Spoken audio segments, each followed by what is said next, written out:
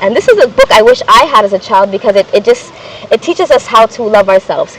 Black hair was like considered nappy or ugly or negative. It just had a negative stigma.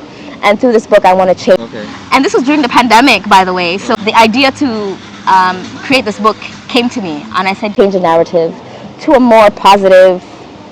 So we have like the Himba tribe, we have the Egyptian tribes, and then I go into Kenya, I go into Rwanda. I feel like we can learn from those who are born and raised in Africa, and Africa could learn from those who are from the diaspora. We could infuse like a stronger mentality, a stronger way of, We don't see ourselves in books. We don't see things that concern about Africans in books. This is something that I think is supposed to be done some years ago, because we have been seeing. Welcome back to my YouTube channel. I go by the name Me, Myself, and I. Epic it was. Remember to like and share to this amazing video. Today I'm here with this amazing, beautiful lady, but before she introduces herself, I really want to say a very big thank you for subscribing, liking, and sharing, commenting at the same time. Guys, I really appreciate your love and support.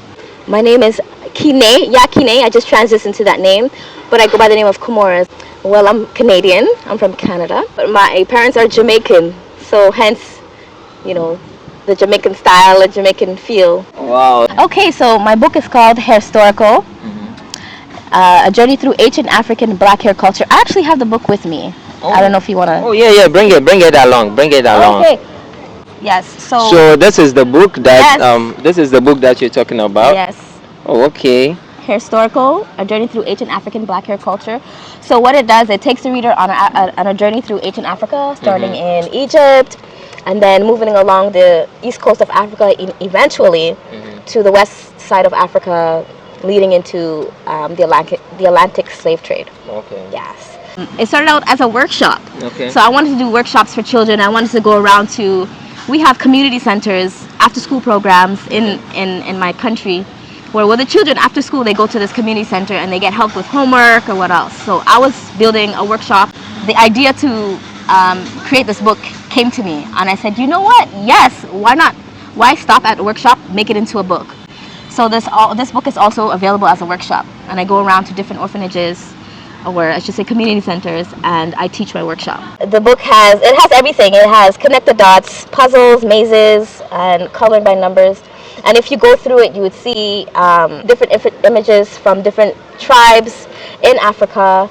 So we have like the Himba tribe, we have the Egyptian tribes, and then I go into Kenya, I go into Rwanda, and then we just see all the ancient hair practices, So what really inspired me to do this book was my own experience with hair. I had a rough hair journey as a child, and this is a book I wish I had as a child because it teaches us how to love ourselves. Because in the back of the book, there's a self-love affirmation section where you tell yourself that I love you. So it has self-love affirmations, and it says things like I love you, I love myself, things like that, and it allows you to look into the mirror and say those affirmations so you could believe it.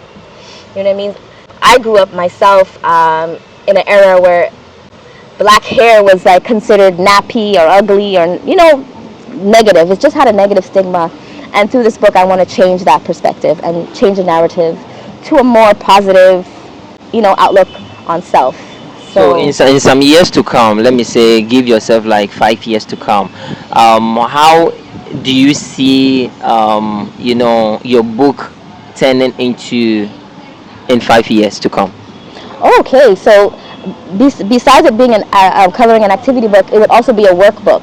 So I'm now working on a workbook that pairs with the coloring book, and I want to see it in schools. I'm looking for foundations, I'm looking for orphanages that I can either donate, or somebody could purchase these books for these children, things of the sorts, but definitely in schools for sure. So what made you decide to do this? Because this is something new that actually I've seen in the world. Yes, in the world. That you haven't seen? I've never seen this in the world. Wow. Like this is my first time, seeing something like this, as in a puzzle, as in a form of you color. You can color it. Says really, amazing things about Africa, and everything that is in here is mainly Africa. Like, This is amazing. This is really great. This is really great because mostly the ones that, because when I was a kid, let me tell you, when I was a kid, I've been using like in quotes that people, you understand, they are, drawings, painting. It's so We true. don't have even our stories that are in colors that we can, paint or draw. Yeah. You understand? We always paint them, but we Africans, we don't have it. So I think this book is one of the best book I can say you guys should go in for. Trust me, this book is one of the best that you guys should go in Yes, for. yes. Buy it for the generation, buy it for your kids, so that they can be able to know it's not only one country that is in here.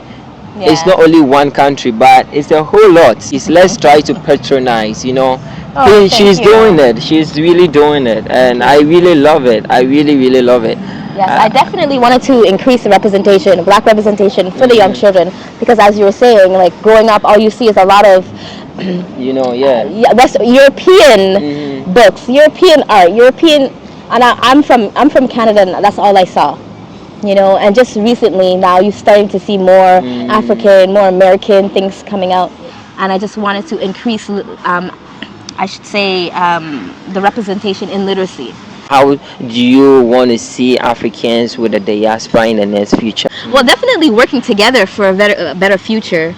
I mean, I feel like we can learn from those who are born and raised in Africa, and Africa could learn from those who are from the diaspora. We could infuse like a stronger mentality, a stronger way of building and To bridge the gap together in terms of Absolutely. even her experience will let you know that this is how Ghana is, this is how African is, this is how best we can connect the dots onto dots, the diaspora, you understand, to Africa, to Ghana, you understand, because a whole lot of people will be like, why, how do we make it possible, how, it starts from you, it starts from you, so let's do this. She made a book that really a whole lot of people have not even thought of, and this is amazing. This is something that I think is supposed to be done some years ago, because we have been seeing a whole lot of books that we don't even see ourselves in it.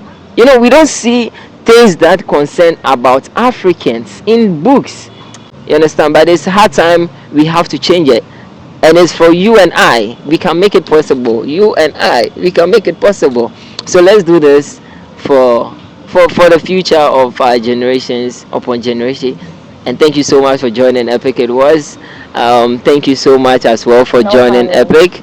I'm so grateful to have you on thank Epic, you. and we are Thank you. grateful I'm so as well. happy to be here. Hey, she is happy too. You can find me on YouTube and African's Journey. I'm also on Instagram as Hairhistorical. You can find Hairhistorical if you are interested in purchasing the book.